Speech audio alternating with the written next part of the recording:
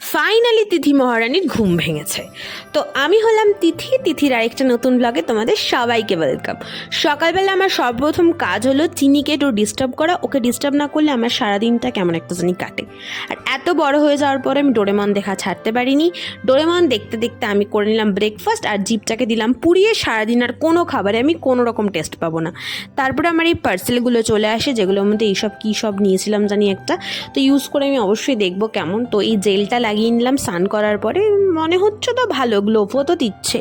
তারপরে করে নিলাম লাঞ্চ করার পরে এই দেখতে পাচ্ছ হাতের মধ্যে বিহারি কালারের নেল পলিশ পরেছে, কিন্তু আমার কিন্তু বেশ ভালোই লাগে।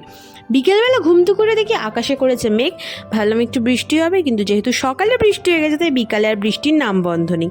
তারপরে আমি রান্না করছিলাম, মানে ওই আর কি একটু ফ্রিজারে যা ছিল ওই সব দিয়ে একটু বানিয়ে ফেললাম, কী সব ফ্রেঞ্চ ফ্রাই, চা এসব খেয়ে দিয়ে বিকালবেলা একটু ঘুরঘুরু করতে বেরিয়েছিলাম। আর কী সব ভুলভাল জিনিসপত্র কিনে বাড়ি এসে ধোসা বানানোর চেষ্টা করেছি, যেটা আমি একদম ফেল করে গেছি। তো ব্লগটা এখানে এন্ড করলাম, টাটা।